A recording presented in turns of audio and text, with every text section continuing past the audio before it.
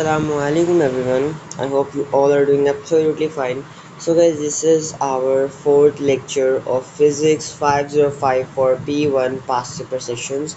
Already three videos conduct कर चुका हूँ वो channel पे ही पड़ी हैं, so you can have a look at them as well.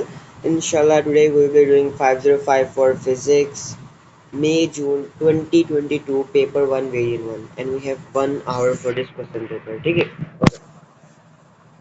तो अच्छा, कुछ क्वेश्चन जिनमें ऐसे भी है जिनको मुझे खुद समझने में थोड़ा टाइम लगा था और यूट्यूब पर भी इतना अच्छा नहीं समझाया हुआ था, तो आई ट्राई माई बेस्ट कि आप लोगों को क्वेश्चन बहुत अच्छे से समझा सकूँ। बिकॉज मोस्टली बच्चे जो होते हैं ना, मैं लाइक बच्चों को नहीं कह रहा हूँ, वो तो मुझे पता नहीं फंसते, लेकिन मोस्टली बच्चे जो होते हैं कभी कभी उन क्वेश्चन में फंस जाते हैं जिसकी वजह से नहीं हो पाता, टाइम वेस्ट होता है, हम उसी पर अटके रहते हैं। और एक और बड़ी थिंग भाई, जिस क्वेश्चन में फंसे हो just leave it that question over there and just do it at the end, ठीक है? उसको लास्ट पे करना, बिकॉज टाइम बहुत वेस्ट होता है। अगर आप एक क्वेश्चन पे स्टक हो जाते हो ना, उस पर करी जाते हो और नहीं होता है आपसे, टाइम भी वेस्ट हो रहा है और आपको बता कि क्वेश्चन बहुत सारे पड़ेगा, तो पहले पूरा पेपर कर लेना और जो क्वेश्चन में फंसे होगी वो आखिर में करना, पता होगा मेरे पास टाइम पड़ा हुआ है, ठीक है? चलो, okay. So remember what I said to you guys, just take a pencil and underline the important points in the question, okay? So a length of copper wire is labeled and the length was 0 like 50 meters, 50 like 0.5 meters and the diameter was 0.5 millimeter. अच्छा, याद होगा ना हमने जो इससे last paper किया था और जो कि 2022 का आई गेस पेपर 2 था, पेपर 1 वेरिएंट 2 था, उसमें इसमें बहुत सारे क्वेश्चन कॉमन है, मतलब ये क्वेश्चन भी पहला क्वेश्चन उसका क्वेश्चन बिल्कुल सेम है, बहुत सारे क्वेश्चन कॉमन है इनमें ना। चलो, which instruments are most suitable to measure accurately length and the diameter? Length निकालना है भाई और डायमीटर निकालना है। लेंथ क्या है देखना, लेंथ हमारे पास है ये लेंथ हमारे पास, ठीक है, और ये डायमीटर है। अच्छा, हमने लास्ट टाइम बहुत डिटेल में किया था कि लेंथ के लिए कौन सा इंस्ट्रूमेंट लेते हैं, डायमीटर के लिए कौन सा इंस्ट्रूमेंट लेते हैं, तो इतनी डिटेल में नहीं जाऊँगा, ठीक है? तो लेंथ कितनी है? 500 सेंटीमीटर। हमें पता है कि भाई 10 सेंटीमीटर से लेके 100 सेंटीमीटर, सॉरी 1 मीटर तक कौन सा इंस्ट्रूमेंट रेंज में आता है, टेप मेजर आता है और मीटर रूल आता है, ठीक है? अब उनकी चॉइस है, हमें जो मर्जी दे दें और डिपेंड करता है ऑब्जेक्ट पे, ऑब्जेक्ट कैसा, अगर कर्व्ड है तो टेप मेजर, अगर सीधा हो सकता है तो फिर मीटर रूल, ठीक है? अच्छा, उसके बाद हमारे पास डायमीटर है मिलीमीटर्स में, 0.5 मिलीमीटर्स में। हमें पता है सिर्फ एक इंस्ट्रूमेंट ऐसा है जो कि मिलीमीटर्स में रीडिंग ले सकता है और खासकर डायमीटर निकालने के लिए बना हुआ, कौन सा? Micrometer screw gauge. अब देखते हैं कि हमारी डिमांड्स पूरी की गई है कि नहीं, ठीक है? सो ए कहता है कि मैं आपको क्या दूंगा, मैं आपको दे रहा हूँ मीटर रूल दे रहा हूँ और मीटर रूल, दोनों के लिए मीटर रूल दे रहा हूँ, ठीक है? सो हम लेंथ तो निकालेंगे लेकिन 0.5 mm की डायमीटर हम लोग नहीं निकाल सकते रूलर से, वो बहुत छोटी लेंथ होती है, रूलर कभी भी नहीं निकाल सकता, ठीक है? सो रूलर के लिए काइंड ऑफ इम्पॉसिबल है कि भाई वो इतनी छोटी लेंथ डायमीटर निकाल सके। Okay, next. अच्छा, बी कह रहा है मैं आपको मीटर रूल दूंगा और माइक्रोमीटर दूंगा। अच्छा, लेंथ के लिए तो मीटर रूल अप्रोप्रिएट है ना, हम आराम से निकाल सकते हैं, और डायमीटर के लिए माइक्रोमीटर अप्रोप्रिएट है। तो क्या बी आंसर है? जी बिल्कुल, बी सही आंसर है। फिर लास्ट में ना मैं मतलब ये क्वेश्चन करवा चुका हूँ मैं लास्ट पेपर में, सेम क्वेश्चन है, बिल्कुल सेम क्वेश्चन है, कोई डिफरेंस नहीं है, बिल्कुल सेम क्वेश्चन है, ठीक है? Next.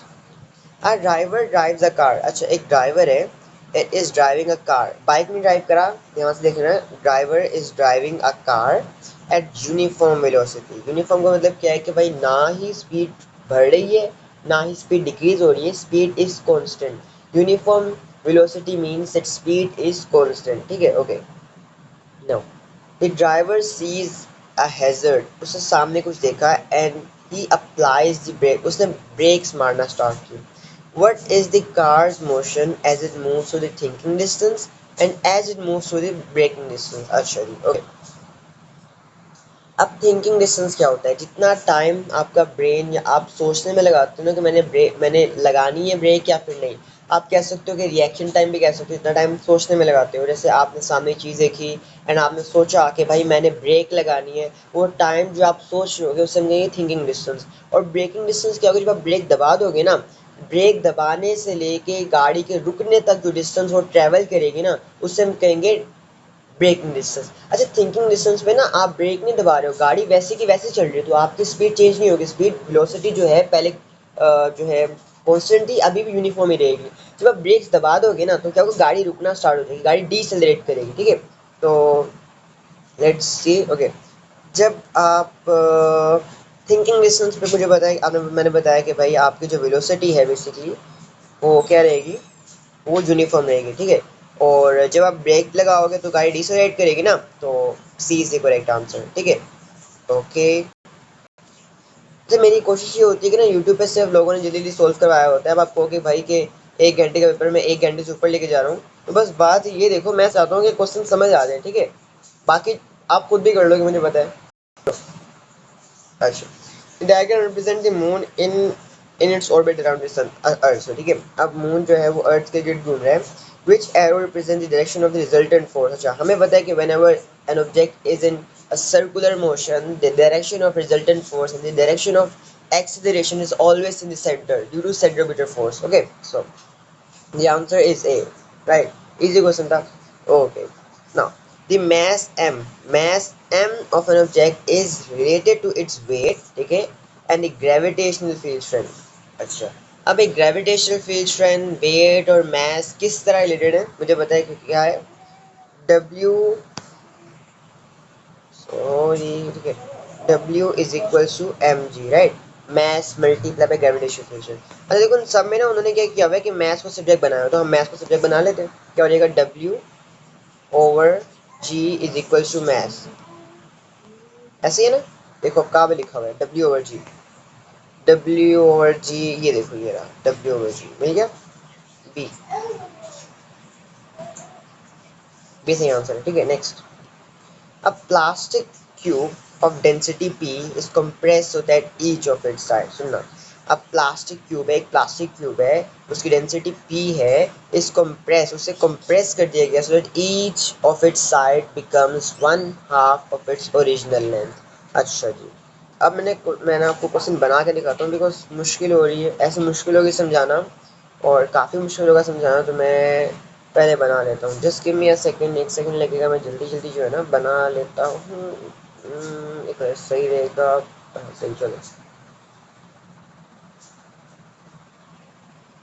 This is a cube, one cube.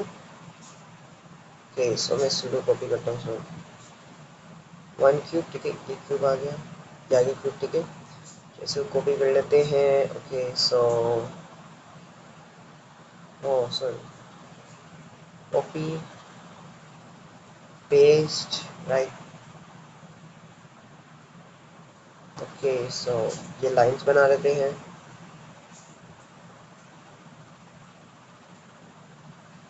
मेरे पास क्यूब आ गया।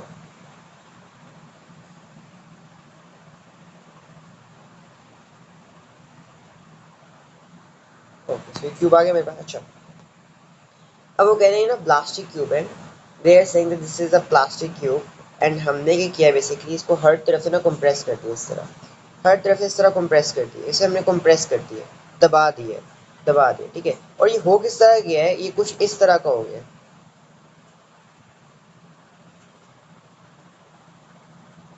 ये हमारे पास कुछ इस तरह का छोटा हो गया, ठीक है, कंप्रेस होके कुछ इस तरह का हो गया है ये क्यूब।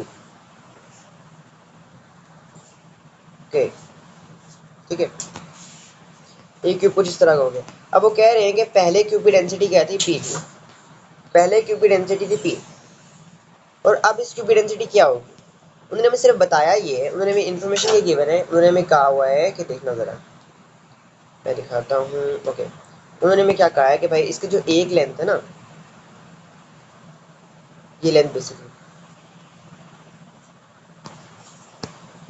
सो ये जो लेंथ मैं दिखाता हूँ, तो ये लेंथ है बेसिकली, ये लेंथ, एक लेंथ जो है ना, ये इसकी हाफ है, ठीक है, इसकी जो हाफ है ना बेसिकली इसकी लेंथ है। अब वो क्या कह रहे हैं, देखो जरा, वो कह रहे हैं कि भाई each of its side becomes 1/2 of its original length। क्या मतलब, क्या भाई जितनी साइड है, सारी साइड्स, ये सारी साइड, ये साइड, ये साइड, ये साइड, ये साइड, ये साइड, ये साइड, ये साइड, ये साइड, ये साइड, सारी क्या होगी, ये हाफ होगी, मतलब ये जो लेंथ है ना, जो बेसिकली ये लेंथ है, ये इसका हाफ है, ठीक है। अच्छा, अब देखना जरा गौर से, पहले एक चीज सीख लेते हैं।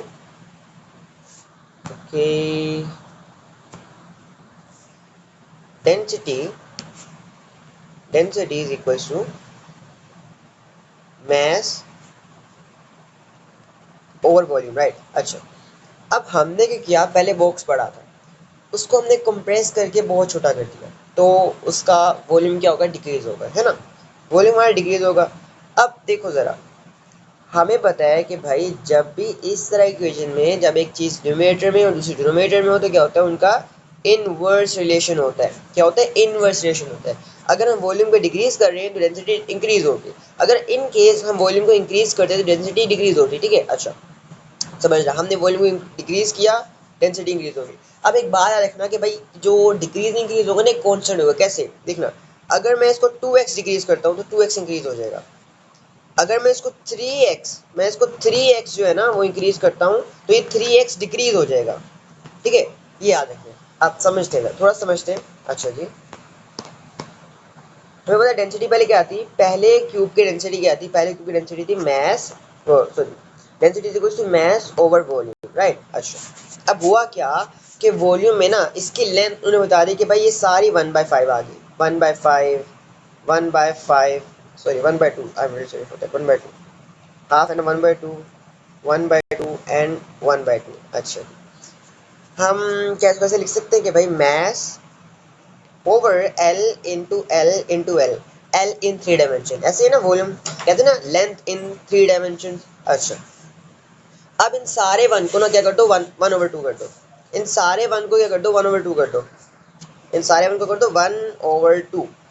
ठीक है, मल्टीप्लाई पे 1/2, मल्टीप्लाई पे 1/2 क्या आएगा, ये हो जाएगा, हमारे पास हो जाएगा, आई होप समझ आ रहा हूँ, मैं तो कर लेता हूँ। ठीक है, चलो, मैस ओवर 1/8। ठीक है, अच्छा, अब ये ना बेसिकली इक्वेशन है न्यू क्यूब के लिए, और प्रीवियस क्यूब के लिए क्या इक्वेशन थी, मैस ओवर वॉल्यूम। ठीक है, मतलब वॉल्यूम 1 था, इसमें क्या 1/8 है। अब एक चीज गौर से देखना है, एक चीज गौर से देखना है। ठीक है, समझना जरा, मैंने आपको बात देखी ना ऊपर, मैं आपको बताता हूँ, देखो जरा, ये डेंसिटी आ गई सही। अच्छा, मैंने आपको क्या कहा था, मैंने आपको कहा था कि भाई जितना जितना इसको डिक्रीज करेंगे, जितना इसको डिक्रीज करेंगे उतना ही इंक्रीज होगा, है ना, जितना इसको डिक्रीज करेंगे उतना ही डिक्रीज होगा। अगर इसको 3x डिक्रीज करेंगे तो ये 3x इंक्रीज हो जाएगा ना। अब देखो ये 1 है ना, हमने इसको 8 टाइम डिक्रीज कर दिया हमने, जैसे हमारे पास v था, अब इसका कोफिशिएंट क्या था भाई, 1 था ना, कोई भी नहीं लगा था, मतलब कोई 1 वगैरह 2 नहीं लगा था, मतलब क्या, इसका मतलब 1 था यहाँ पे। ठीक है, हमने क्या किया, आप देखो, हमने यहाँ पे 8 से डिवाइड कर दिया, मतलब हमने वॉल्यूम को 8 टाइम डिक्रीज कर दिया। अगर हम वॉल्यूम को 8 टाइम डिक्रीज कर रहे हैं, चूंकि जो कि डेंसिटी है वो इनवर्सली प्रोपोर्शनल है, तो 8 टाइम इंक्रीज हो जाएगी। क्या हो जाएगी, इट विल इंक्रीज 8 टाइम। हम अपने वॉल्यूम को 8 टाइम डिक्रीज कर रहे हैं तो डेंसिटी क्या होगी, 8 टाइम इंक्रीज हो जाएगी ना। इसका और सोल्यूशन ये है, लेकिन आगे जाके सोल्व कर सकते हैं मैथमेटिकली, वो ज़्यादा डिफिकल्ट हो जाते हैं। तो सिमिलर सा कॉन्सेप्ट है कि भाई जितना आप वॉल्यूम को डिक्रीज करोगे उतना आपकी डेंसिटी इंक्रीज हो जाएगी, लेकिन अगर मैथ कॉन्स्टेंट हो तो math must be kept constant. ठीक है, याद रखना, जितना हम वॉल्यूम को डिक्रीज करेंगे उतना डेंसिटी इंक्रीज होगी। अच्छा, अब देखो जरा, हमने 1 को 8 से डिवाइड किया, मतलब हमने वॉल्यूम को 8 टाइम डिक्रीज कर दिया। अब हम क्या करेंगे, हम 8 टाइम डेंसिटी को इंक्रीज कर देंगे ना, क्योंकि वॉल्यूम डिक्रीज हुआ तो डेंसिटी इंक्रीज होगी, राइट। अच्छा, दोबारा से देखो, देखो बहुत देखो, ठीक है। अच्छा, एक क्यूब था, इसे कंप्रेस किया, इसकी सारी साइड जो थी ना वो ओरिजिनल क्यूब से हाफ रहेगी, राइट। और जो वॉल्यूम है ना, ये वॉल्यूम हाफ नहीं रहेगा, याद रखना, वॉल्यूम हाफ नहीं रहेगा, लेंथ हाफ हो जाएगी, लेंथ हाफ हो जाएगी। वॉल्यूम पहले क्या था, वॉल्यूम था पहले v1, अब क्या हो जाएगा वॉल्यूम, क्योंकि हर लेंथ 1/2 1/2 1/2 हो जाएगी, तो क्या हो जाएगा, वॉल्यूम हो जाएगा 1/8, है ना, लेंथ इंटू लेंथ 1/8 वॉल्यूम हो गया। पहले वॉल्यूम क्या था, 1 था, फिर क्या हो गया 1/8, हमने उसको 8 टाइम वॉल्यूम को डिक्रीज कर दिया। और चूंकि हमारे पास डेंसिटी जो था वो वॉल्यूम से इनवर्सली प्रोपोर्शनल था, तो अगर हम एक वैल्यू को डिक्रीज करें तो अगर इंक्रीज होगी, और सेम डिक्रीज इंक्रीज होगा, अगर ये 8 टाइम डिक्रीज कर रही है तो ये 8 टाइम इंक्रीज होगा। ठीक है, I hope it make sense. ये काफी मुश्किल क्वेश्चन था, आई होप समझ आ गया हो। अच्छा, which object is least stable, which object is least stable, अच्छा इस सारे क्वेश्चन ना मैं कहता हूँ मैं देखे बगैर कर लेता हूँ, बहुत इजी क्वेश्चन होते हैं, इसमें कुछ नहीं करना होता। लीस्ट टेबल कौन से, भाई लीस्ट टेबल सबसे पहले देखना है कि भाई सबसे ज्यादा छोटी बेस किसकी है, सबसे सबकी बेस छोटी है, सबकी जो बेसिक जो बेस है ना वो सेम है, सबकी बेस सेम है। ठीक है, अब देखना क्या होता है। अच्छा, अब देखना ये कि भाई अगर इसको थोड़ा सा टिल्ट करते हैं, थोड़ा सा टिल्ट करते हैं इस तरह, इसको सेंटर ऑफ मास और बेस से बाहर निकलेगा और फौरन टोपल ओवर कर देगा, ठीक है। तो इस तरह से जो सी है हमारे पास वो सबसे अनस्टेबल है। इस पर टाइम से नहीं करूँगा बिकॉज ये सबको आता है, ठीक है। ओके, सो थोड़ा सा लाइट खोल लेते हैं, चलो समझ लो। The initial pressure of a volume is V1. Initial pressure of a volume is V1, ठीक है। Of a fixed mass, mass fixed है, एक गैस है उसका पहला वॉल्यूम V1 है, mass fixed है। The gas expands at a constant temperature until it has volume 2। अच्छा, टेम्परेचर कांस्टेंट है याद रखना है, एंड प्रेशर P2, राइट। हमें पता है V1 equal to P2 V2। जो पहला प्रेशर वॉल्यूम होगा इज इक्वल्स टू दी अगला प्रेशर वॉल्यूम, ठीक है। अच्छा, अगर मास कांस्टेंट रहे तब, अब वो क्या कह रहे हैं कि which statement about the pressure and the volume of the gases is not correct. याद रखना, करेक्ट नहीं कहा हुआ, नॉट, उसने खास हाईलाइट किया हुआ है कि नॉट करेक्ट, ठीक है। व्हाट डज इट मींस, ठीक है, just have a look at this. Okay, B देखते पहले, pressure multiply by volume is constant. अब देखो जरा, pressure multiply by volume is constant है ना, P1 V1 is equals to P2 V2, ऐसे ही ना। अगर मास कांस्टेंट हो तो, अब मैंने कहा है कि भाई मास कांस्टेंट है तो ऑफ कोर्स प्रेशर भी कांस्टेंट होगा। Pressure is directly proportional to this, अभी डायरेक्टली प्रोपोर्शनल टू वॉल्यूम नहीं कह रहे, इसका मतलब क्या है कि pressure is directly proportional to inverse of volume, ठीक है। वॉल्यूम डिनोमिनेटर में, इसका मतलब है इनवर्सली प्रोपोर्शनल है, याद रखना। तो ये भी ठीक है, ये भी ठीक है। अच्छा, वो कह रहे हैं ratio of V1 to V2 is equal to ratio of P2 to P1, है ना। V1 is equal to V2 P2, ये भी सही है। अब गलत कौन सा होगा समझना। Pressure is measured in newton metre cube. Pressure क्या होता है, फोर्स ओवर एरिया, है ना, फोर्स ओवर एरिया। तो क्या होगा समझना, फोर्स क्या होती है, फोर्स होता है न्यूटन, है ना, और एरिया क्या होता है मीटर स्क्वायर। तो क्या ये प्रेशर का फॉर्मूला है मीटर क्यूब, नहीं ना, तो गलत हो गया ना, गलत हो गया, ठीक हो गया। चलो, a stone falls at terminal velocity. Terminal velocity का मतलब क्या है कि भाई ना तो स्पीड इंक्रीज हो रही है ना तो डिक्रीज हो रही है, स्पीड जो है वो सेम है, कांस्टेंट है, एक्सेलरेशन जीरो है और हवा में फ्री फॉल में है, ठीक है। अच्छा, now what is equal to the change in gravitational potential energy of the stone। अब चेंज का मतलब समझो कि भाई ग्रेविटेशनल पोटेंशियल एनर्जी है ना, हम जब हाइट पे जाते हैं we gain gravitational potential energy, and जब हम नीचे आ रहे होते हैं तो क्या होता है GPE कन्वर्ट हो रही होती है दूसरी फॉर्म्स ऑफ एनर्जी में, right. Because energy can never be converted, sorry can never be destroyed, it can only be converted from one form to another, ठीक है। It is always conserve. Okay, now now in first option they say कि भाई kinetic energy में, now they say terminal velocity। kinetic energy का formula क्या होता है 1/2 mv²। अच्छा भाई, अब ये फॉर्मूला देख लो, मास कांस्टेंट है, ठीक है, और वेलोसिटी भी कांस्टेंट है, तो क्या जीपी इसमें कन्वर्ट हो रही होगी, नहीं भाई। काइनेटिक एनर्जी में कोई चेंज नहीं आएगा जब हमारी वेलोसिटी कांस्टेंट हो जाएगी, ठीक है। तो ये गलत है, राइट। अब नेक्स्ट कहता है the change in temperature of the stone. अब टेम्परेचर जो है फोर्स थोड़ी ना, सॉरी एनर्जी थोड़ी ना, energy can only be converted from one form to energy, one form of energy to another form of energy. Energy में convert हो सकती है, फोर्सेज में कन्वर्ट नहीं हो सकती, ठीक है। तो टेम्परेचर एनर्जी नहीं है हमारे पास, फ्रिक्शन फोर्स भी एनर्जी नहीं है, फ्रिक्शन फोर्स भी एनर्जी नहीं है, बचा कौन सा, थर्मल एनर्जी प्रोड्यूस, है ना। तो किस में कन्वर्ट होगा, थर्मल एनर्जी में। पहला तो गलत था, क्यों, क्योंकि हमारे पास वेलोसिटी कांस्टेंट थी, दूसरी हमारे फोर्सेस थी ही नहीं, मतलब फोर्सेस थी वो एनर्जी नहीं थी, और लास्ट वही बची जो कि एनर्जी थी तो उसी में कन्वर्ट हो रहा होगा, ठीक है। Okay, next. वैसे देखो ना, जब हमारे पास मतलब बड़े बड़े स्टोन्स रखते के बाद तो क्या होता है वो हीट अप हो जाता है, मूवीज वगैरह में देखा होगा कि मतलब वो क्या रहते हैं एक फायर बॉल लगना स्टार्ट हो जाते हैं, ठीक है। So something like that. Okay, water in a river is used to turn turbine. अच्छा भाई, आपके घर जो बिजली आती है उसका हल बता रहे, मतलब उसका फॉर्मूला बता रहे किस तरह बनती है। Water in a river is used to turn turbine. आपके रिवर में जो वाटर होता है वो टरबाइन को घुमाता है, पंखे की तरह होती है, टरबाइन को घुमाता है, और वाटर फ्लोज डाउनस्ट्रीम, ऊपर से नीचे आता है पानी ना। और क्या होता है भाई, पावर हमारे प्रोड्यूस होती है, कहते हैं इस पावर सोर्स को क्या कहते हैं हम, टीडल कैसे कहते हैं, टीडल कहते हैं जिससे हम मतलब वेव से बनाते हैं, वाटर वेव से बनाते हैं, जो थर्मल जो अर्थ की हीट से बनाते हैं, न्यूक्लियर जो कि हम लोग न्यूक्लियस के मतलब रिएक्शंस से बनाते हैं, ठीक है। तो कौन सी आएगी, फर्स्ट वाली है ना हाइड्रो इलेक्ट्रिक, तो ये सही होगी ना। अगर नहीं भी आ रहा होगा तो ऐसे करके देख लेना, ठीक है। चलो, a load is pulled bye a rock. अच्छा, ये क्वेश्चन भाई मैं नहीं करवा रहा हूँ क्योंकि सेम क्वेश्चन है, ये लास्ट ईयर भी आया था और सेम क्वेश्चन है, इसका आंसर ए था, ठीक है। क्वेश्चन है, कोई डिफरेंस अगर आप थोड़ा बहुत एक वर्ड का डिफरेंस, कोई डिफरेंस इसके अंदर है ही नहीं, ये बिल्कुल सेम क्वेश्चन है। ये लास्ट मतलब लास्ट ईयर नहीं, इसी ईयर के वेरिएंट 2 में आया था, ठीक है। सो बहुत लंबा काम है, उसमें डिटेल में करवाया हुआ है, पिछली वीडियो देख लेना, ठीक है। सो इसका आंसर वैसे ए है, बिकॉज मैं नहीं करवा रहा हूँ, बहुत लंबा क्वेश्चन है और मैं पहले करवा चुका हूँ। सेम क्वेश्चन है ये, बिल्कुल सेम। अच्छा, नेक्स्ट क्वेश्चन क्या है? Okay, so the energy incident, समझना है, द एनर्जी इंसिडेंट, जो एनर्जी मिल रही है ना 1 सेकेंड में, 1 सेकेंड में a group of solar panel is 120 joules पर मीटर क्यूब, ठीक है। अच्छा समझो जरा, लेट सपोज मैं कहता हूँ कि मेरे पास ना ये बहुत बड़ा फील्ड है जहाँ पे मैंने अंधाधुंध सोलर पैनल्स लगाए हुए हैं, सोलर पैनल्स लगाए हुए हैं, ठीक है। अच्छा, अब वो कह रहे हैं कि हमें एरिया भी नहीं बताया हुआ, हमें कहा हुआ है कि जैसे ये छोटा सा एरिया जो है ना, ये क्या है, 1 मीटर स्क्वायर है, एंड 1 मीटर स्क्वायर को 120 जूल्स ऑफ एनर्जी मिल रही है। याद रखना, 1 मीटर स्क्वायर को 1 जूल्स ऑफ एनर्जी मिल रही है। मतलब क्या है, जैसे ये हमारे पास सोलर 120 जूल्स है, सॉरी ये मेरे पास है, एक मिनट में सेकेंड, हाँ ये मेरे पास है 1 मीटर स्क्वायर, ठीक है।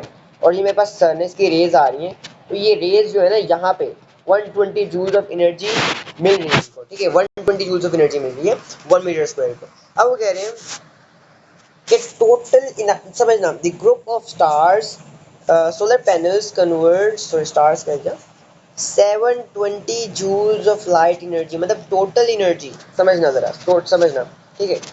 टोटल एनर्जी मतलब सारी एनर्जी इन सब सोलर पैनल कितनी मिल रही है, 720 जूल्स, ठीक है। अब ये कहते हैं, समझो, ओके।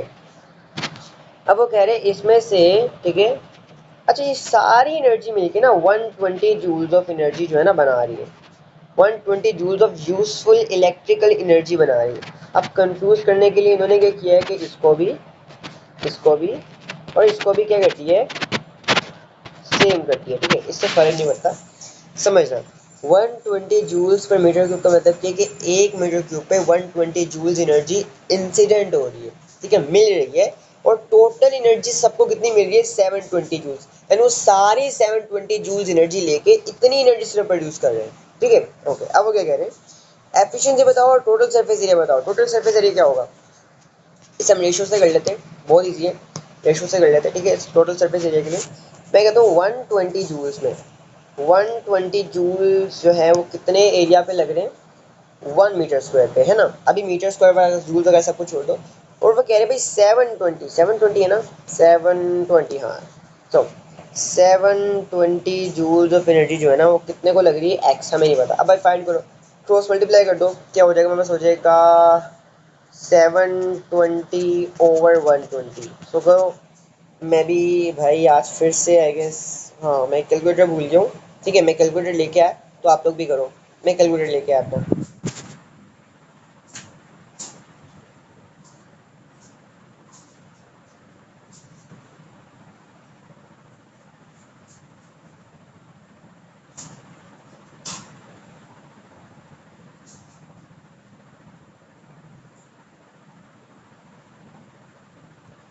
ओके भाई, मैं ले आया कैलकुलेटर अपना, ठीक है। मैं आज भी भूल गया था कैलकुलेटर लाना, मुझे याद नहीं रहता। चलो, इसका आंसर मेरे पास आ रहा है 6 आंसर आ रहा है इसका मेरे पास ना, आंसर आ रहा है 6, मतलब 6 मीटर्स जो है ना वो टोटल एरिया है। अच्छा, सबसे पहले क्या करना है भाई, सबसे पहले तो किक आउट करना है, किसको, इसको किक आउट करना है और इसको किक आउट करना है। अब एफिशिएंसी क्या होता है, एफिशिएंसी का मतलब है यूजफुल एनर्जी आउटपुट, जो कि ये है, ओवर टोटल एनर्जी इनपुट क्या है, 720 गिव्स अस, हमारे पास आएगा, लेट मी चेक, ये ऑलमोस्ट 16.66 आ रहा है, तो मैं 17 लिख सकता हूँ, 17%, ठीक है। वैसे 16.66 आ रहा है, तो क्या आंसर होगा। अच्छा, अब ये वाला गलत हो गया, तो क्या सही होगा भाई, ए हमारे पास आंसर सही आ गया है, क्लैपिंग, ओके। अब 1000 volts of 240 volts electrical energy device is switched on। 1000 volts का इसका मतलब क्या है कि भाई ये क्या ले रहा है, 1000 जूल्स ऑफ एनर्जी पर सेकेंड, 1000 जूल्स ऑफ एनर्जी पर सेकेंड, ठीक है। तो अच्छा, अब 240 वैसे भी आपको कंफ्यूज करने के लिए, electrical device switched on, how much energy does it uses in 5 minutes, 5 minutes में कितनी एनर्जी यूज होगी बताना है, ठीक है। तो मुझे पता है क्या है कि भाई energy is equals to power multiplied by time. Energy is equals to 1005 60 300 300 seconds, right? तो मेरे पास आ जाएगा तकरीबन ओ माशाल्लाह मेरा आंसर ही आंसर के ऊपर बन रहा है, तो डी आंसर आ जाएगा, ठीक है।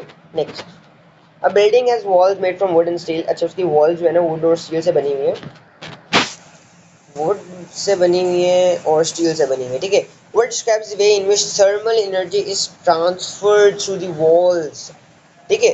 अच्छा, अब okay, conduction through the wood bye movement of molecules, molecules move करते हैं वुड में, मोलिक्यूल्स मूव करते हैं क्या? सॉलिड में तो मोलिक्यूल्स मूव ही नहीं कर सकते, they can just vibrate eight fix position, है ना। सॉलिड्स में सिर्फ वो वाइब्रेट कर सकते हैं अपने फिक्स पोजीशन पे, और सिर्फ मेटल्स होते हैं ऐसे जिनमें से जो है ना फ्री इलेक्ट्रॉन्स होते हैं जो मूव कर सकते हैं, ठीक है। तो पहला तो भाई पहली बारी में गलत हो गया, तो पहला तो गलत है, राइट। नेक्स्ट ये कहता है, नेक्स्ट वो कहता है कि भाई बी कहते हैं Bablu, conduction through the metal by both the vibration of particles and movement of electrons। ज्यादा मैंने क्या पढ़ा था, मेटल्स में कंडक्शन कैसे होती है, movement of electrons, free delocalized electrons, negatively charged electrons and the vibration of particles, ठीक है। तो बी सही आंसर है हमारा, कि सी कहते हैं conduction to the wood by both the vibration movement of molecules through the wood. Wood में भाई वाइब्रेशन ऑफ मॉलिक्यूल्स होता है, लेकिन मूवमेंट ऑफ मॉलिक्यूल्स नहीं होता है, ठीक है। कन्वेक्शन, कन्वेक्शन तो नहीं होगा क्योंकि कन्वेक्शन तो हॉट एयर राइज से होता है ना। चलो यार, ये फिर वही क्वेश्चन आ गए, मतलब लास्ट टाइम क्वेश्चन आया था बिल्कुल ऐसा ही, ओके तो फिर भी कर लेते, कोई मसला नहीं। अच्छा, a liquid column in liquid in glass thermometer is 2 centimeter long। ये liquid column है 2 centimeter long है, ठीक है। the column expands by 10 centimeter when heated to 100 degree celsius। अब देखना जरा, यहाँ से लेके यहाँ तक ये एक्सपैंड करता है जब टेम्परेचर क्या हो, 100 डिग्री सेल्सियस हो, 100 डिग्री सेल्सियस हो, ठीक है। मेजरिंग फ्रॉम पी, पी से मेजर करना है, याद रखना पी से मेजर करना है। How long is a liquid column at 30 degree. अच्छा, यहाँ से देखते हैं, यहाँ से जब ये 100 डिग्री सेल्सियस एक्सपैंड करता है तो क्या होता है, 10 सेंटीमीटर एक्सपैंड करता है। 100 डिग्री सेल्सियस पे 10 सेंटीमीटर एक्सपैंड करता है, तो मतलब है कि भाई 90 पे 9 सेंटीमीटर एक्सपैंड करेगा, 80 पे 8 सेंटीमीटर, 70 पे 7, 60 पे 6, 50 पे 5, 40 पे 4, 30 पे 3 सेंटीमीटर। तो क्या होगा, मतलब क्या है कि यहाँ से लेके यहाँ तक, ठीक है, 30 डिग्री सेल्सियस तक ये कितना एक्सपेंड करेगा, 3 सेंटीमीटर्स। लेकिन हमें उसने क्या कहा है कि भाई हमने यहाँ से मेजर करना, तो 2 प्लस करेंगे, 2 प्लस करेंगे, 3 प्लस करेंगे, तो आंसर क्या आ जाएगा, 5, ठीक है। 5 is the correct answer. Next, okay next. अच्छा, in many application a thermocouple is use to measure. Thermocouple क्या होता है, इलेक्ट्रॉनिक डिवाइस होता है जिससे हम मेजर करते हैं वो टेम्परेचर, ठीक है। Measure the temperature instead of a liquid glass. Liquid glass thermometer की जगह क्यों यूज करते हैं, क्योंकि लिक्विड ग्लास थर्मोमीटर जो है ना उसमें लिक्विड एक्सपैंड होता है, उसमें टाइम लगता है, लेकिन ये फौरन हमें दे देता है, मतलब फौरन बहुत जल्दी हमें रीडिंग दे देता है। तो क्या होगा, इट्स क्विकर रिस्पॉन्स टाइम, ठीक है। क्या एडवांटेज है कि भाई बहुत जल्दी रिस्पॉन्स दे देता है, ओके। अच्छा, now liquid in glass meter कुछ, यार ये वही वही वही क्वेश्चन आ गया है, ठीक है। चलो ये भी कर लेते हैं। Liquid in glass meter consist of a bulb, एक बल्ब है भाई हमारे पास, और हमने एक और लिक्विड से रिप्लेस करी जो कि ज़्यादा एक्सपेंड करता है, ठीक है, into a thin capillary tube. अब देखना ज़रा, अब जैसे ये लिक्विड है ना, मैं कहता हूँ कि ये 50 डिग्री सेल्सियस पे या 40 डिग्री सेल्सियस पे इतना एक्सपेंड करे, हमने एक और लिक्विड डाला जो इससे ज़्यादा एक्सपेंड करे, इसका मतलब ये है कि भाई 40 डिग्री सेल्सियस पे यहाँ तक एक्सपेंड करेगा, जहाँ तक एक्सपेंड करेगा जहाँ तक, ठीक है। इससे होगा कि रीडिंग्स होंगी ना बहुत ज़्यादा प्रिसाइज हो जाएंगी, आराम से रीडिंग जो है ना एक्यूरेटली ले पाएंगे, सेंसिटिविटी बढ़ जाएगी, राइट। और लेकिन क्योंकि ट्यूब सेम है, ट्यूब चेंज नहीं हुई, इसका मतलब क्या, लिक्विड जो है ना वैसे अगर ट्यूब बड़ी होती तो आगे भी एक्सपेंड कर सकता, मतलब इतना आगे आ सकता था, लेट सपोज, लेकिन उसकी रेंज छोटी कर दी गई इस छोटी ट्यूब को लेके ना, तो क्या होगी, सेंसिटिविटी बढ़ जाएगी और रेंज छोटी हो जाएगी, okay. So basically correct answer. Right. Next. What is the usual column and what is the unit for the heat capacity? मैं फंसा था, मैंने क्या किया था, मैंने इसका आंसर बी किया था लेकिन गलत हो गया था। क्यों? क्योंकि भाई हीट कैपेसिटी मांगी है, स्पेसिफिक हीट कैपेसिटी नहीं मांगी है, जूल्स पर डिग्री सेल्सियस सिर्फ। राइट, तो आंसर क्या होगा? कोलम्स। हीट कैपेसिटी का कोलम सिंपल होता है और यूनिट क्या होता है? Joules per degree Celsius, because this is heat capacity not specific heat capacity. ठीक है, नेक्स्ट।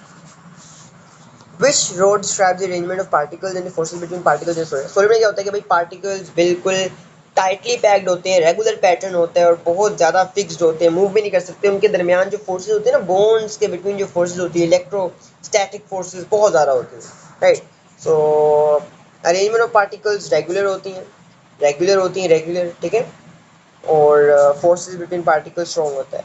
अब रेगुलर से मतलब इस तरह बिल्कुल एक अच्छा सा पैटर्न बना होता है, पैटर्न इस तरह पूरा पैटर्न बना होता है, पैटर्न बना ना, पैटर्न इस तरह पैटर्न बना होता है, पैटर्न प्यारा सा। ठीक है, next. Okay okay okay okay okay, चलो। In a wave a sea collides with a cliff. अच्छा, a wave, sorry, in this sea के अंदर एक wave collides with a cliff. Cliff क्या होता है? ये क्लिफ होता है इस तरह से ना। और ये मेरे पास वेव जा रही है, ब्लू कर लेते हैं इसे। ये मेरे पास वेव जा रही है, वाटर वेव, और यहाँ पे जाके कोलाइड करी इस तरह। A crest of a wave hits the cliff once every 6 seconds. ठीक है, मतलब जहाँ से लेके इसको डिस्टेंस ट्रेवल करने में 6 सेकंड्स लगते हैं, 6 सेकंड्स लगते हैं। The horizontal distance between a crest and the adjacent. ठीक है, यहाँ से लेके, sorry sorry for that, okay. तो कह रहे हैं कि भाई यहाँ से लेके जो डिस्टेंस जहाँ तक है ना, हाफ द वेव, वो कितना है? 4.5 है। अब वो कह रहे हैं कि बताओ कि इसकी स्पीड क्या है। पहले तो फुल वेव का डिस्टेंस लेंगे, 4.5 multiply by 2, 4.5 multiply by 2 I guess 9 आएगा, और 9 ही आ रहा है, तो 9 आएगा। हम क्या करेंगे भाई, डिस्टेंस ओवर, पता है कि भाई distance, speed equal distance over time. Distance over time, distance क्या है हमारे पास? डिस्टेंस है 9 ओवर टाइम, क्या 6 आ जाएगा हमारे पास, आ जाएगा 6, 9 divide by 6 gives us 3, 1.5, 1.5 answer आ रहा है, आंसर आ रहा है 1.5। Next. Okay, a sound wave refracts as it passes from air to water. ठीक है, एयर टू वाटर। अब देखना ज़रा, ये खुली फिजा है हमारे पास,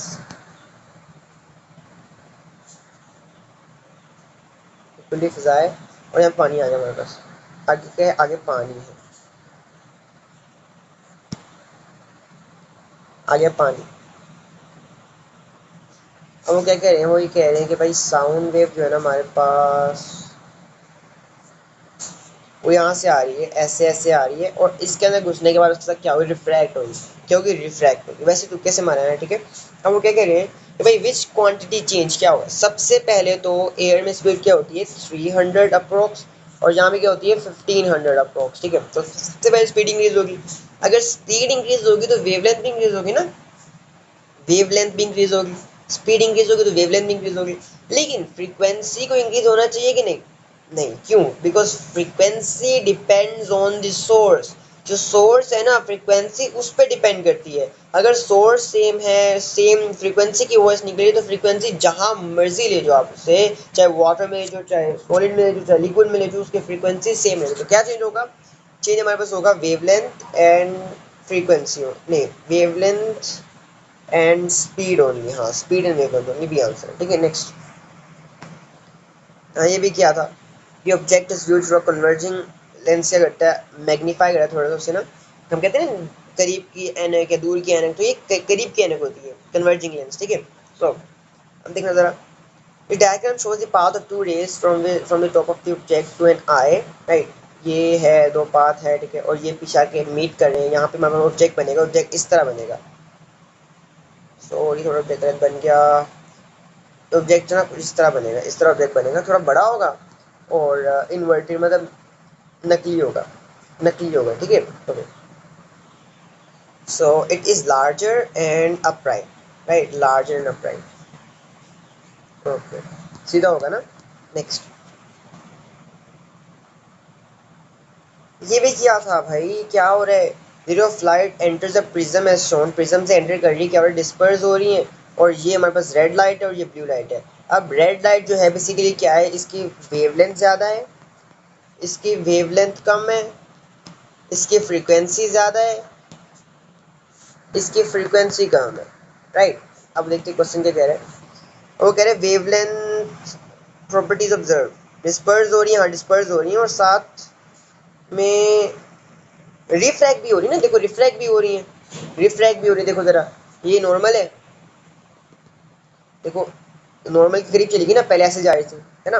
तो रिफ्रैक्ट भी हो रही है, डिस्पर्स भी हो रही है। Frequency of red light compared, अच्छा फ्रीक्वेंसी रेड की क्या है, रेड की फ्रीक्वेंसी लो है ना, लो है, और ब्लू लाइट की ज़्यादा है। तो क्या होगा आंसर, डिस्पर्जन एंड रिफ्रैक्शन दोनों, और रेड की स्मॉलर है, C answer. Next, which waves are not part of the electromagnetic spectrum.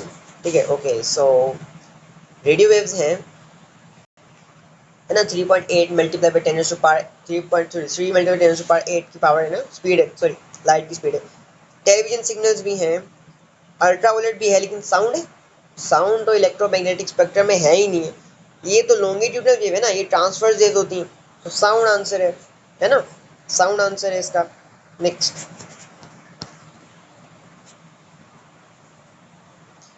यार ये क्वेश्चन मैं नहीं करवा रहा, बिलीव मी, मैंने कल इसको आधा घंटा लगा के समझाया सारा कुछ, ये सारा पेपर वही आ गया मेरे ख्याल से, मैं गलती से वो पेपर तो नहीं कर रहा।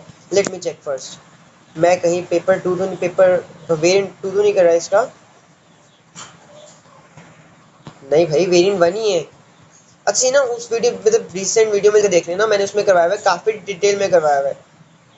ठीक है, अभी टाइम नहीं है समझाने का, तो उसमें काफी अच्छा करवाया है, वहां जाके देख लेना, क्योंकि सेम क्वेश्चन है, सेम फोटो कॉपी है उसकी। ठीक है, next question. Next, sound travels at different speeds in each of these three states of matters. Okay, solid, liquid, and gas, which shows where sound travels fastest and where slowest. Fastest कहाँ पे होता है, solid में होता है, slowest कहाँ होता है, गैस में होता है।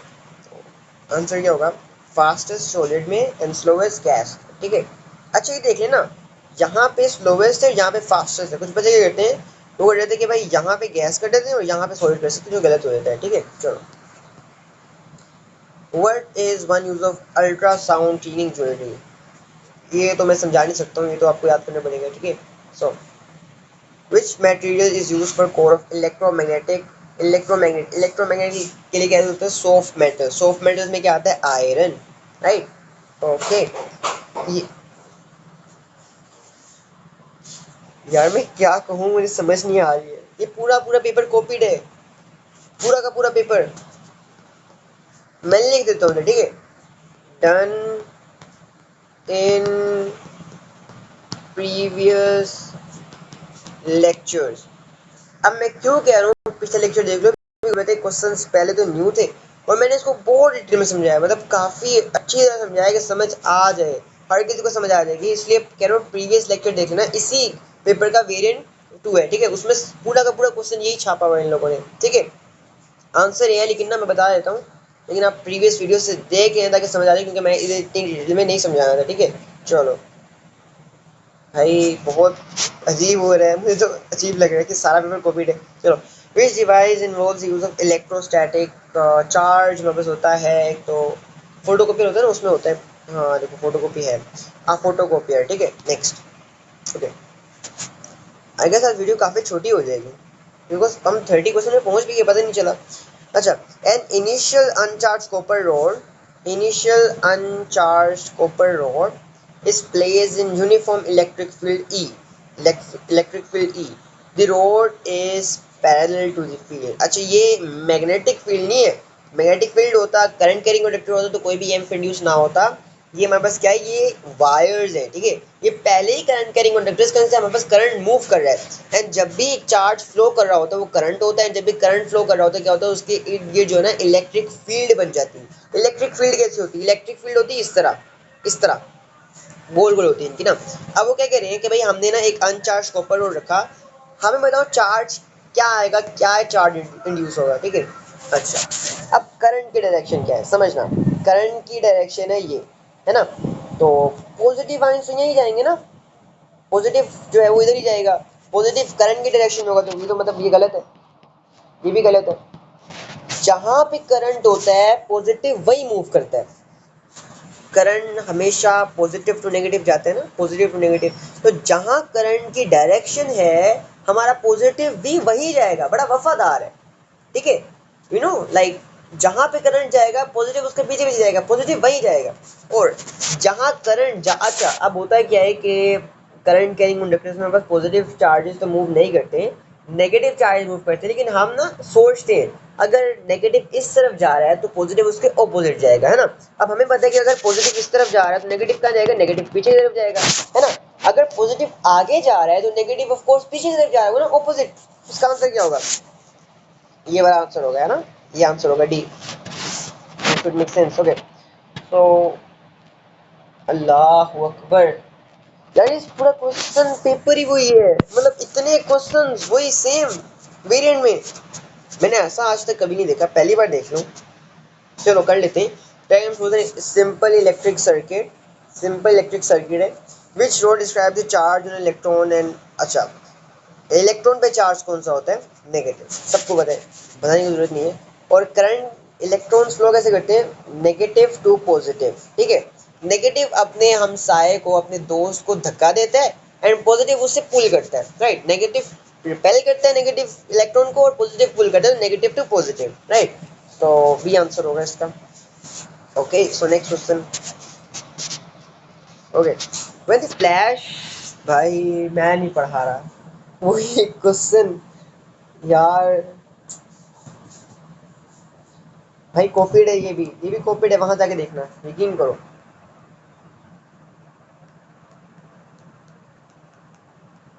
अच्छा आपको करना ही नहीं पड़ेगा, बच्चे क्या करते हैं पहले वेरिएंट टू ही करते हैं, ठीक है।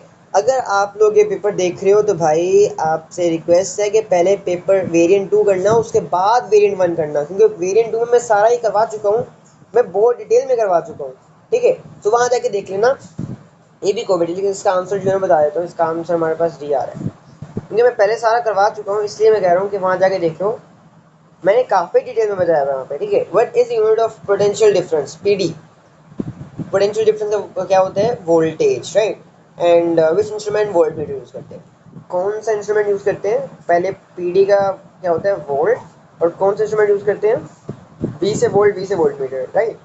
मेजरिंग इंस्ट्रूमेंट क्या होता है, वोल्ट मीटर, ये देखो डी सबसे आखिर में, चलो बेटा का नेक्स्ट क्वेश्चन। अच्छा विच circuit has smallest total resistance, smallest total resistance का बोलते हैं जब सारे तीनों के तीनों पैरेलल में लग जाए, करके भी देखना, अगर तीनों के तीनों पैरेलल में लग जाए ना, इस तरह बेसिकली, तो सबसे छोटी रेजिस्टेंस बनती, सबसे छोटी रेजिस्टेंस, इसमें भी ज्यादा होगी, इसमें ज्यादा होगी, आप समझ रहे हो, इसमें कम होगी, इसमें ज्यादा होगी, इसमें सबसे कम होगी।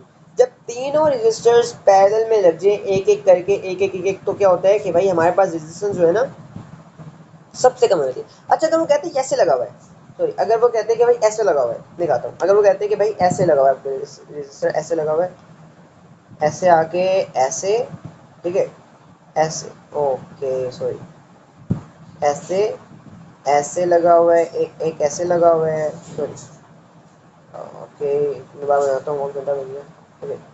सो नहीं, थोड़ा सा अच्छा, ऐसे लगा हुआ है, ऐसे आ रहा है, ऐसे गया, ऐसे गया, ऐसे गया, और एक ये है, एक ये है, और एक ये है। अगर ऐसे भी लगाओगे तो बात सेम थी, ठीक है।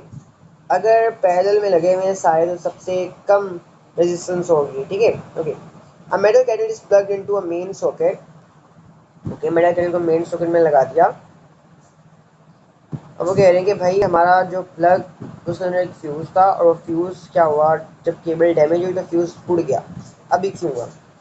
अच्छा कभी देखे कि भाई जब आपके स्विच में हम सारे इलेक्ट्रिशियन से बातें तो कह रहे थे एक ठंडी वायर होती है, गर्म वायर होती है, ठीक है। तो एक वायर होती है लाइव वायर गर्म, और एक होती है ठंडी वायर अर्थ की। जब ये दोनों वायर साथ जुड़ जाती है तो एक स्पार्क होता है बहुत बड़ा, एंड जो भी चीज़ साथ इलेक्ट्रिकल अप्लायंस आपने लगाया होता है वो उड़ जाता है, उसके अंदर फ्यूज़ उड़ जाता है, अगर फ्यूज़ ना लगा हो तो आपका बहुत बड़ा नुकसान हो जाता है, ठीक है, बड़ा नहीं बड़ा नुकसान हो जाता है, ओके।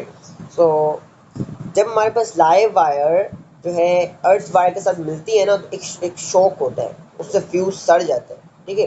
और अगर फ्यूज़ नहीं लगा हुआ तो आपका इलेक्ट्रिकल अप्लायंस जो है ना वो चला जाता है बस, ठीक है, बढ़ जाता है। ओके, तो क्या होता है basically, the bare earth wire in the cable touches the bare, हाँ देखो पहला पॉइंट ही हमारे काम का है, पहला पॉइंट हमारे काम का है।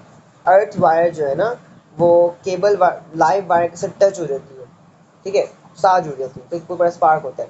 नेक्स्ट, उफ अल्लाह, भाई मैं क्या करूँ, मुझे समझ नहीं आ रही। आई गेस अराउंड 8 से ज़्यादा क्वेश्चन मतलब सेम आए हुए इधर। As the magnet is moved into the coil of wire is shown with a small positive reading on the sensitive emitter. अब रीडिंग को कैसे बढ़ाया जाए कि हम मैग्नेट को तेज से मूव करें, है ना, पुश द मैग्नेट फास्टर, ठीक है। भाई सेम क्वेश्चन है सारे। हाँ चलो ये क्वेश्चन आ गया, चलो। डायग्राम शोज दिस सर्किट, आराम से बैठे, circuit for a model power line, ठीक है, ट्रांसफॉर्मर्स लगे हुए एंड अ लैंप लगा हुआ है आउटपुट में, ठीक है। अच्छा, अब ट्रांसफॉर्मर जो है वो ये ट्रांसफॉर्मर है, ये ट्रांसफॉर्मर है, ठीक है। अब वो कह रहे हैं कि भाई यहाँ पे इनपुट वोल्टेज क्या होगा। अब इसके लिए हमें कुछ कैलकुलेशंस करनी पड़ेगी। कैलकुलेशन क्या करनी पड़ेगी, हमें पता है कि भाई ट्रांसफॉर्मर में एक हैंड साइड पे क्या होता है, voltage over round is equal to the voltage over round of the other side, ऐसे ही ना। मैं करता हूँ, चलो वोल्टेज कितने हैं 24, ओवर राउंड कितने हैं 40, ठीक है, इज इक्वल टू, यहाँ पे क्या आएगा हमारे पास, वोल्टेज एक्स है ओवर 200, करो ज़रा, ये हो जाएगा 40 X is equal to 24 multiply by 200, right.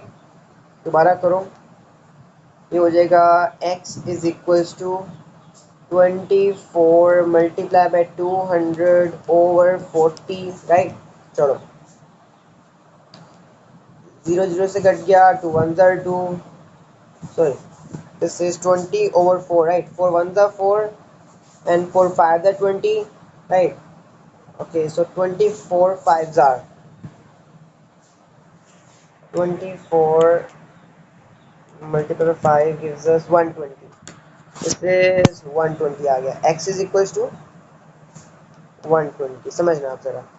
अब वो क्या कह रहे हैं देखना, अब वो कह रहे हैं कि भाई यहाँ पे हमारे पास करंट कितना आ गया, यहाँ पे करंट आ गया हमारे पास 120। चलो अब आगे करते हैं, अब इधर का करते हैं, ठीक है, अब इधर का करते हैं, चलो मुझे पता है 120, 120 over the round this is 100 is equals to x over 10, है ना। तो हो जाएगा 120 multiply by 10 over 100, so basically you will get 10, right, एक 0 0 से कट गया तो 12 आपके पास आंसर आ जाएगा, 12 वोल्ट्स आंसर आ जाएगा, ठीक है, 12 वोल्ट्स आंसर आ जाएगा। समझा दूँ दोबारा, समझा देता हूँ, ठीक है। सो ये एक ट्रांसफॉर्मर समझना,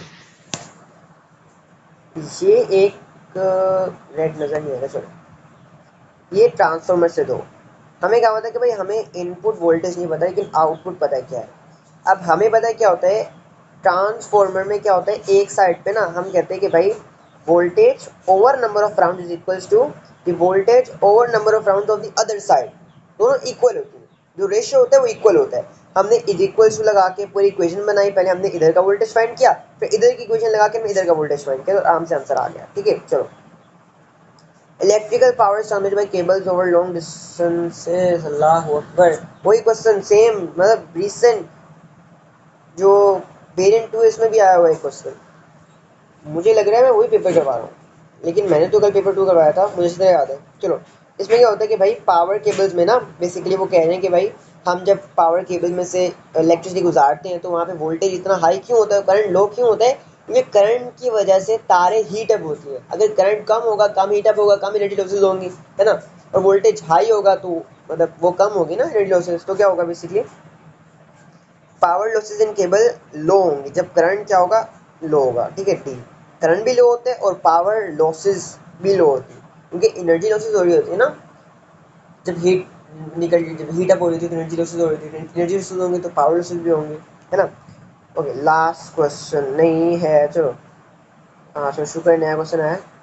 diagram shows the beam of electrons, electrons negatively charge, ठीक है, okay, about to enter magnetic field, magnetic field is directed into page, okay। अच्छा, समझ लेते हैं पहले, अभी क्रॉस का मतलब क्या है? What is the meaning of this cross? इसका मतलब है जो मैग्नेटिक फील्ड लाइन है ना पेज के अंदर जा रही है, ठीक है। लेट्स सपोज मैं कहता हूँ कि मेरे पीछे से आ रही है और मोबाइल के अंदर घुस के और इस पेज के अंदर से गुजर के जा रही है, राइट। इसका मतलब क्या है कि भाई जो पेज है ना इसके पीछे नॉर्थ है और दूसरी तरफ साउथ है, राइट। हमें पता है मैग्नेटिक फील्ड लाइन हमेशा नॉर्थ से साउथ जाती है, हमेशा नॉर्थ से साउथ जाती है, ठीक है, नॉर्थ से साउथ जाती है। तो पीछे नॉर्थ है, सामने क्या है, सामने साउथ है, तो मैग्नेटिक फील्ड लाइंस होंगे इनटू द पेज। अब वो लेफ्ट हैंड साइड की गन बना लो, याद है ना लेफ्ट हैंड रूल, ठीक है, गन बना लो, ठीक है, एफ फोर्स बी आई। अच्छा अब जो है ना बेसिकली अपना जो बी है मैग्नेटिक फील्ड इसको पेज के अंदर कर लो, सामने, बिल्कुल सामने करो, जैसे आप किसी को भी शूट करने लगते हो ना उसके बाद में करना। उसके बाद इलेक्ट्रॉन्स है। अच्छा इलेक्ट्रॉन्स का मूव करते हैं, अगर करंट हमारा इस तरफ जा रहा है तो मुझे पता है अगर पॉजिटिव आयन इस तरफ जा रहा है तो इलेक्ट्रॉन्स का जाएंगे पीछे की तरफ, है ना। तो अपने मिडिल फिंगर को पीछे की तरफ कर लो एंड देखोगे आपका थंब नीचे की तरफ आ जाएगा, बिल्कुल आपके ऊपर इशारा कर रहा होगा नीचे की तरफ। तो क्या होगा, आपका थंब नीचे की तरफ आ रहा होगा इस तरफ, ठीक है। चलो मैं थंब बना दूं लेकिन मुझे आता नहीं बनाना, मैं कोशिश कर लेता हूँ शायद बन जाए। Okay so this is someone like this,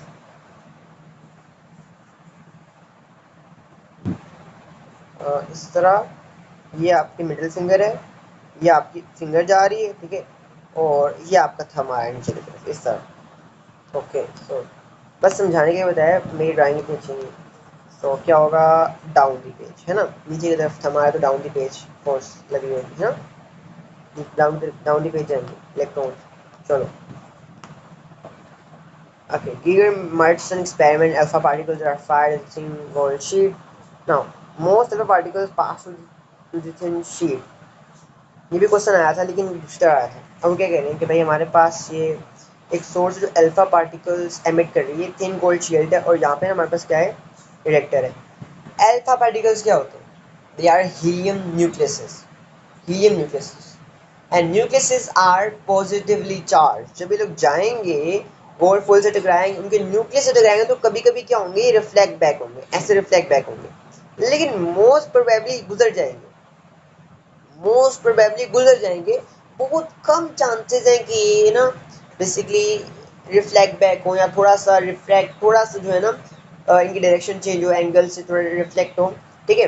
तो होता क्यों है, क्योंकि देखिए जैसे ये आप है ना, जैसे ये अगर आप है और ये आपकी पूरा अर्थ है, आपकी पूरी अर्थ है, तो ये जो आप है ना ये क्या है, न्यूक्लियस है, और इतनी पूरी अर्थ जो है पूरा एटम है, ये पूरे इलेक्ट्रॉन शेल्स हैं, बहुत छोटा होता है न्यूक्लियस, बहुत ही छोटा होता है। इस समझ सकता है कि भाई जब अगर हम करोड़ मार रहे हैं तो उसमें से कुछ 10-12 लग रहे हैं, इसका मतलब ये कि न्यूक्लियस बहुत छोटे हैं। ज़्यादातर ये करते हैं, जैसे न्यूक्लियस है ना, हम न्यूक्लियस को मारा वो यहाँ से गुजर जाएंगे, यहाँ से गुजर जाएंगे, ठीक है। आंसर क्या होगा, हमें क्या पता चल रहा है इस एक्सपेरिमेंट से, हम क्या डिड्यूस कर सकते हैं, हम लोग ये डिड्यूस कर सकते हैं कि भाई इलेक्ट्रो जो न्यूक्लियस होते हैं बहुत छोटे होते हैं, दे आर रियली स्मॉल, ठीक है। न्यूक्लियस से पॉजिटिव चार्ज होता है, इलेक्ट्रॉन्स, हाँ इलेक्ट्रॉन्स होते हैं ना, वो सबको पता है, ठीक है। Okay electrons have a negative charge, ये भी सबको पता है। हम इस एक्सपेरिमेंट से क्या डिड्यूस कर सकते हैं कि न्यूक्लियस बहुत छोटा है, बहुत छोटा है, ठीक है। Okay so I hope so video अच्छी लगी हो। मैं आज बहुत जल्दी करवाया है, 1.5x की स्पीड पे करवाया है।